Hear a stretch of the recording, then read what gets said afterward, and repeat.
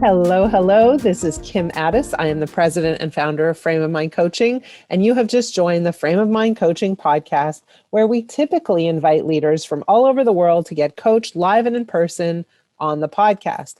Today, we have another special edition episode with my daughter, Ferne. She has come to us from Montreal to have a nice conversation with me about a case that she's bringing to the table. Ferne, welcome. Hey, thank you so much. Thanks for having me. So what are you up to in Montreal before we jump into the case? I'm hanging out for the summer, working, hanging out with my roommate and boyfriend. And then in September, I'm about to start my master's at U of T in ecology and landscape genetics. Wow, that sounds very complicated. Well, I'm thrilled that you are here today. You have a case for us. Go for it. Okay, so this case is on your favorite topic, as you well know. Of course, it's parenting. So there's a couple, Mark and Christina. They have two children, Ryan and Amy. Hold on. Mark and Christina, and they have two children and they're both boys? No, Ryan and Amy, a boy and a girl. Ryan and Amy, okay. How old are they? So Amy is in grade 10 and Ryan is in grade 11. Okay. Amy is what you'd call, basically an angel child. She's on the swim team, studies hard, does well at school. She's got a good group of friends, but, doesn't go out too much, doesn't get into drugs or drink, and, very easy. Okay. Ryan, on the other hand, so he's the older one, he's quite different. He spends all of his time playing video games. Okay. He's smart, but doesn't apply it. He doesn't do that well at school. He doesn't have so many friends. Like, his friends don't come over. He goes to bed late, can't wake up in the morning. He snacks late into the night, hardly goes out. And to be quite frank, he's getting a little bit chubby. Mark is worried about him. So Mark is the dad. When Mark was younger, he used to play baseball. He was captain of the baseball team. He used to go out with his friends, and he was, a cool guy. And here his son is just spending all of his time in his room. We don't know what he's doing. We assume he's playing these video games, World of Warcraft, League of Legends, something like that. And so he thinks that Ryan should be, as he was as a kid, outside with his friends, playing sports, at least doing well at school. Mark really wants his son to excel. And so it's the summertime, and Mark tries to encourage Ryan to get out, but he doesn't want to be a part of any sports teams. And Mark starts to get frustrated. So finally, when he doesn't want to join any sports teams, he imposes these restrictions on Ryan. He says, you have to go outside and exercise before you can come in and play video games. He, changes the way Ryan eats in comparison to the rest of the family so that he's healthier. He doesn't let him have food in his bedroom. And so he, puts all these restrictions. He's really just trying to help his son. But Ryan opposes these actions. He fights back. He, evades the restrictions. He lies, he cheats, he doesn't do what his father wants him to do. And so, they start to get into battles, Ryan and his father. And the question here is, how does Mark help his son stay healthy, but without ruining their relationship? Okay, so I love this question. It's a lot of fun for me.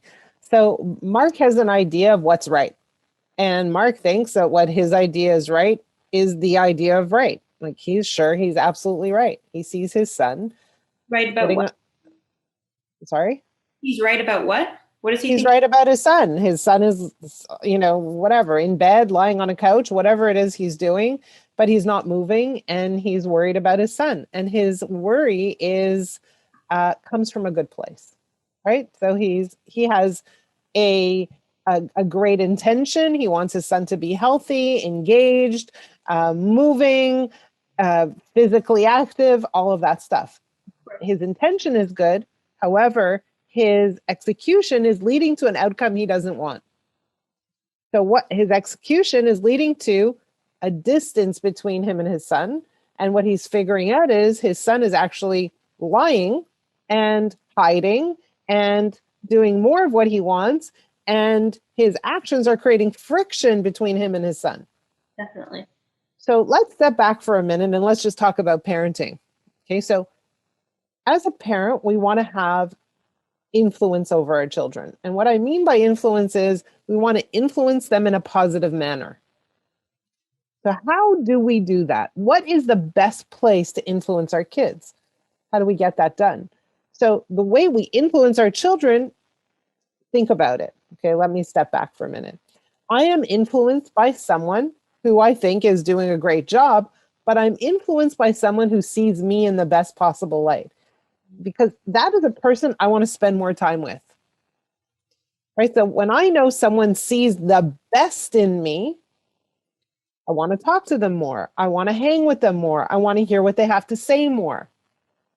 But when I see someone who sees me in a poor light, what do I want to do? I want to shield myself from them because their vision of me is painful. It hurts. It doesn't feel good. So what do? I hide and I lie and I stay far away from that person because that person's point of view about me does not make me feel good about myself. And so, unfortunately, that's what Mark has created for his son. He's created a situation where his influence has been diminished rather than augmented because the son, Ryan, sees that his father does not see him in a great light. So he shields himself from his father. He says, I want to do what I want to do, but in addition to that, I really don't want to spend time with my father. And I don't want to be influenced by him because his vision of me is negative.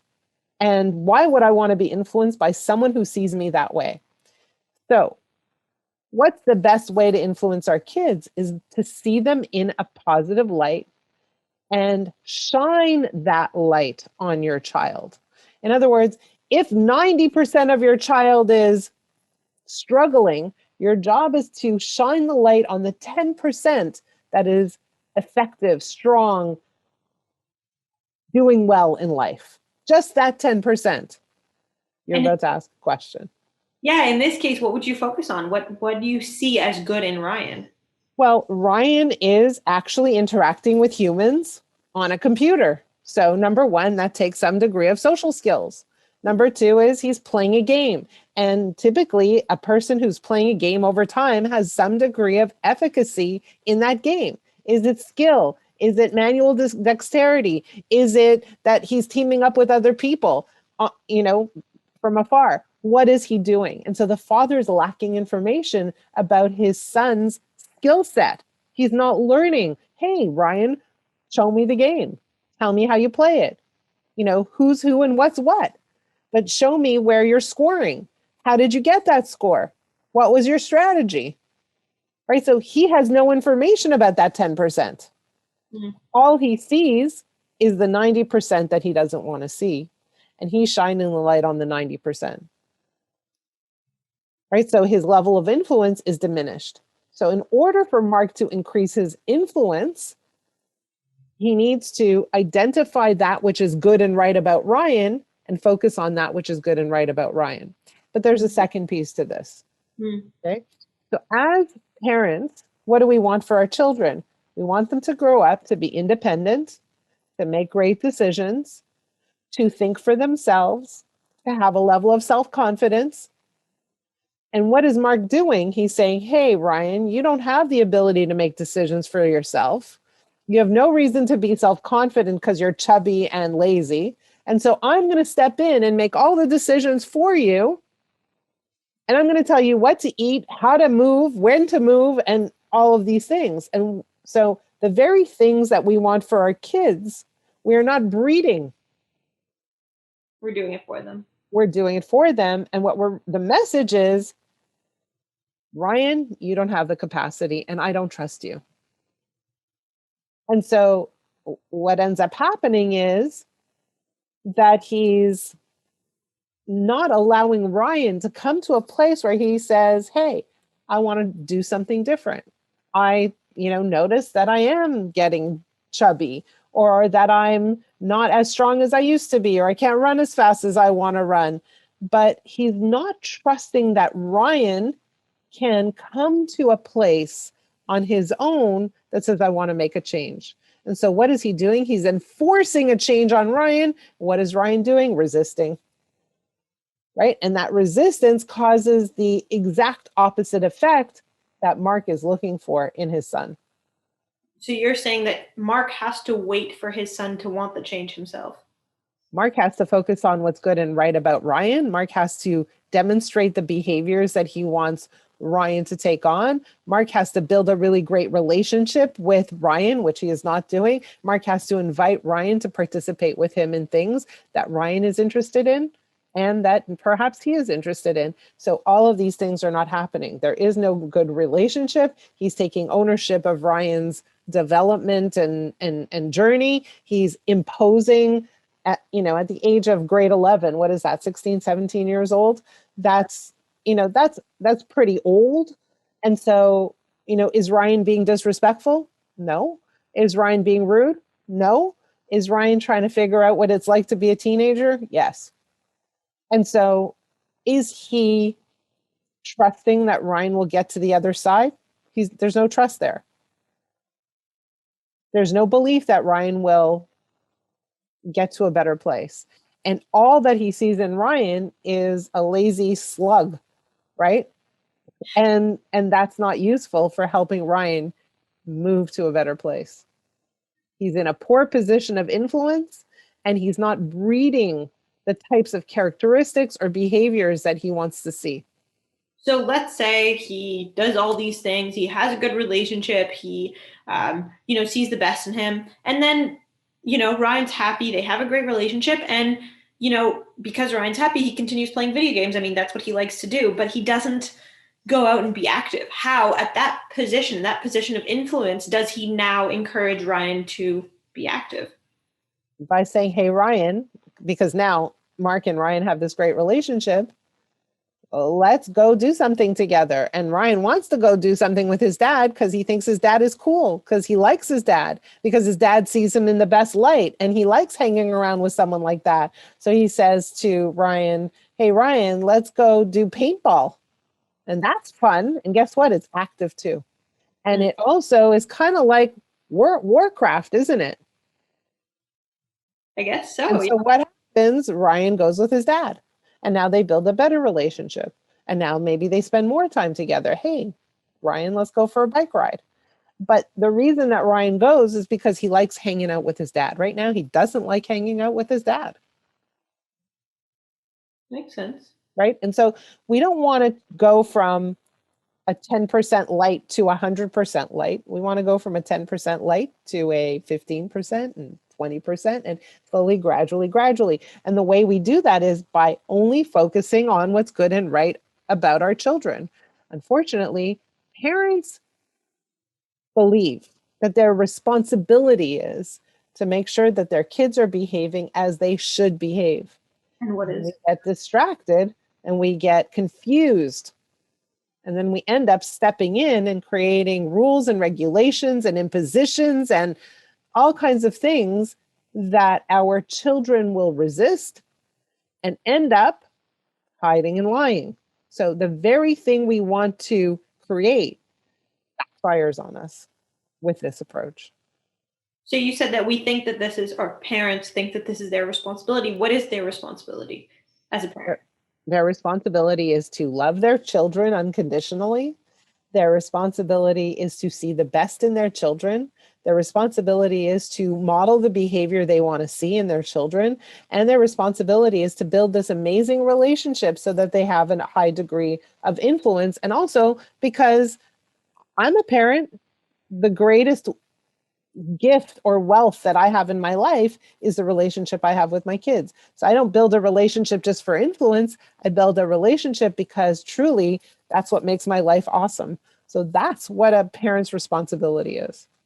Nice. And so let's say you do take Mark and, he's in this position of like, he only sees his son as this lazy slug, as you call him. How do you go from that vision of his child to fully unconditionally loving him and loving every single part of him? Because that's a big jump. How do you go from A to B? Yeah, that's a great question. And I don't go there from A to B in one step. What I do is I say to Mark, hey, is your approach working? And he'll say no. And I'll say, okay, great. Let's talk about an approach that could work. And then I talk about him and his parents and what he would have liked from his parents. And then we talk about loving someone unconditionally and what that entails and if he's capable of doing that. And what if he's not? Well, we do our best to get him to a place of love. Mm-hmm. And we move him along the spectrum from being judgmental to finding more and more and more and more things to love about his son.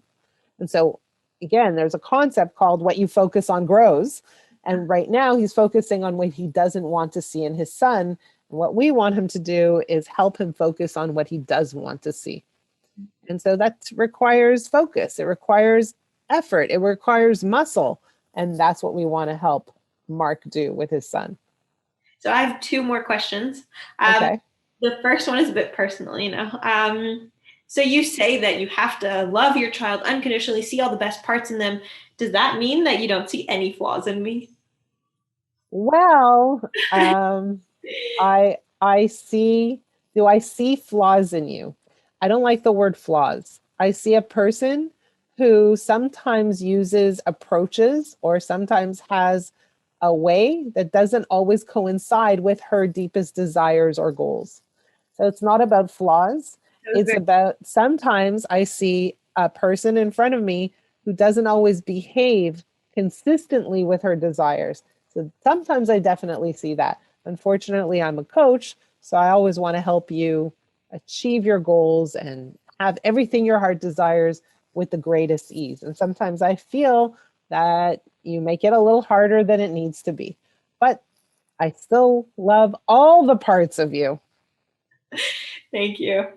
So I guess my last question is, if you were to give Mark one piece of advice, one set of words that were to get him into the door, what would you say? I would say to him, is your action, is your strategy helping you achieve your goal? If not, let's revise the strategy. And for someone like Mark, who also seems to be very driven and goal oriented, that would open his mind to say, yeah, what I'm doing isn't really working. Fine. I'm open to suggestions. Right. Okay. And that's where I want to get Mark. Makes sense. Awesome. Well, thank you so much. Thank you so much. Great question. Great problem. I suspect that there are parents who are listening who are going, my son is Ryan. So if you are listening, I hope that you got something of value from this conversation. If any of you want to join me on the podcast with a challenge that you want to share, please reach out to me. My email address is kim@frameofmindcoaching.com. And if there's a challenge that you're not so willing to share, but do want to talk about privately, please reach out to me as well. My email address is kim@frameofmindcoaching.com. For those of you who are listening, we want your feedback. We want to hear what you think about these special episodes. Please leave a comment, do all the things you're supposed to do with podcasts, like, share, all that stuff. In the meantime, thank you for tuning in. We will see you next time. Ferne, thank you for joining me. Thank you.